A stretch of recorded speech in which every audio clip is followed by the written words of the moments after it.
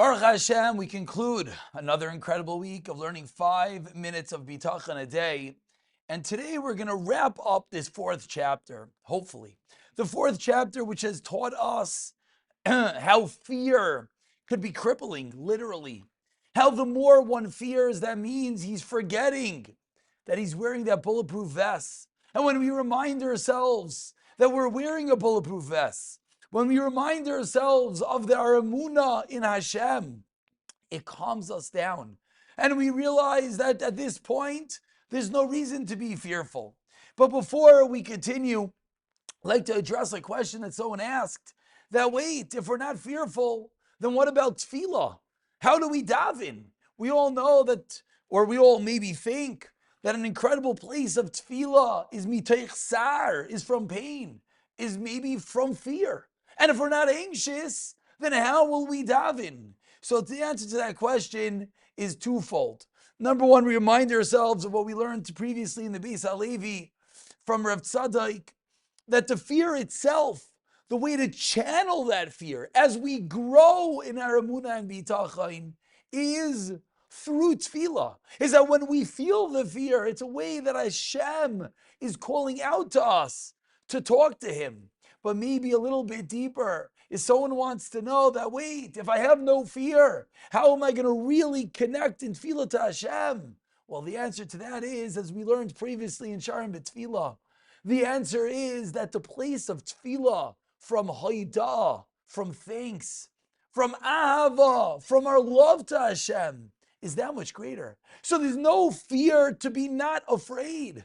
One might think, wait, we keep on talking, I shouldn't be afraid and I should calm myself and believe in Hashem. But how will I daven to Him? The exact opposite. It will bring increased levels of tefillah. And in the footnote over here, Rav David Sutton concludes this chapter of fear with the opening words in Shulchan Aruch, which we all know are Shivisi Hashem Lenegdi Tamid. No, I don't know if we all know where these words come from. He says over here, it comes from the end of the Rambam in Meir Nevuchim. Now, Meir Nevuchim is a large philosophical work in which the Rambam plunges the depths of philosophy, of belief in Hashem.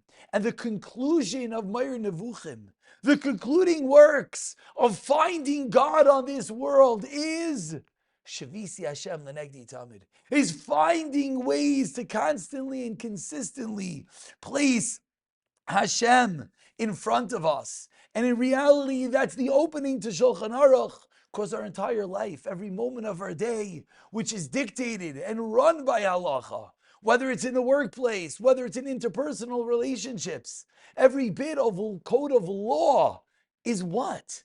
Is reminding ourselves that we're connected at the very core to our Creator, which really, if we think about it, bolsters our EMUNAH in Hashem, which thereby allows us to be less fearful, less anxious, thereby allows us to connect deeper, to be more cognizant of the fact that that bulletproof vest that we're always wearing. And we'll conclude is that he sends us to his appendix in the back.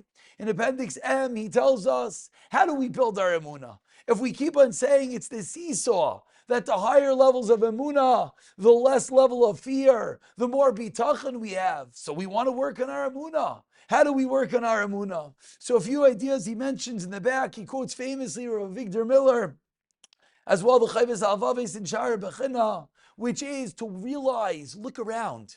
Look at the rain, look at the trees, look at the very creation.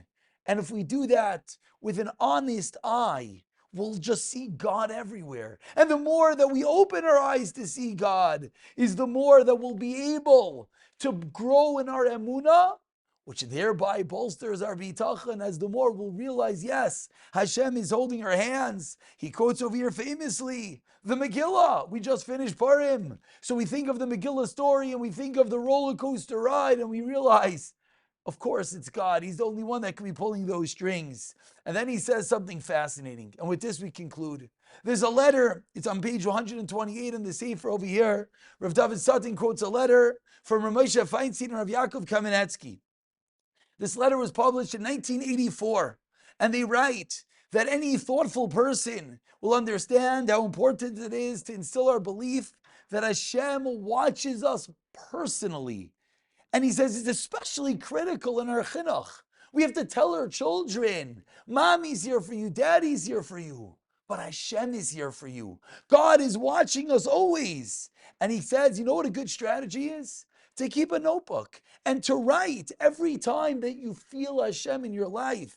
So whether one is holding at a point and actually having such a notebook, or whether one is just holding it, taking a moment and thinking, yeah, God was in my life. I saw him yesterday. I noticed him a week ago. Let's notice him today. The more we see Hashem, the more we'll grow in our EMUNAH, which of course will bolster our Bitachon, lower our fear, and ultimately we'll be the ones that gain as we'll be living, realizing that yes, indeed, Hashem is holding our hands.